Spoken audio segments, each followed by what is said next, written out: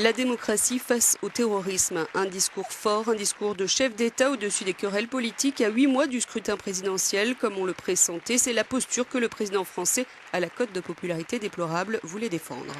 Cette guerre, elle est d'un nouveau genre. Aux démocraties, elle lance un défi planétaire.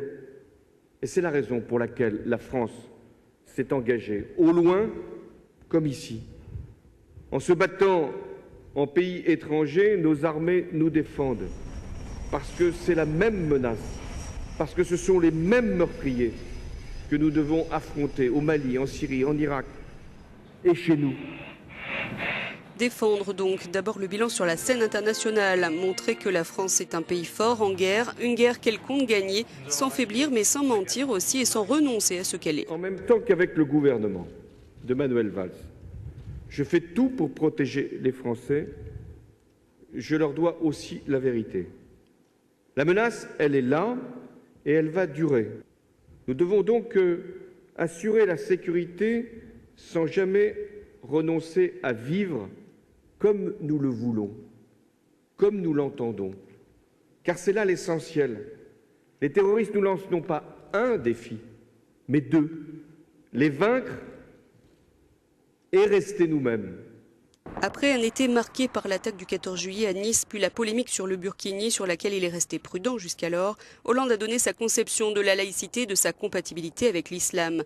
L'islam devra s'adapter aux lois de la République comme l'ont fait avant lui le catholicisme ou le judaïsme. L'islam peut-il s'accommoder de la laïcité? Ma réponse est oui. Clairement oui. Rien dans la laïcité ne s'oppose à la pratique de l'islam en France, pourvu, et ça c'est le point essentiel, qu'il se conforme à la loi.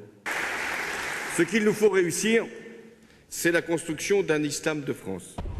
Une idée de la France, un projet, le sien est désormais clair, vaincre le terrorisme mais ne renoncer à rien de ce qui fait la France. L'état de droit est son choix, dit-il, et non l'état d'exception.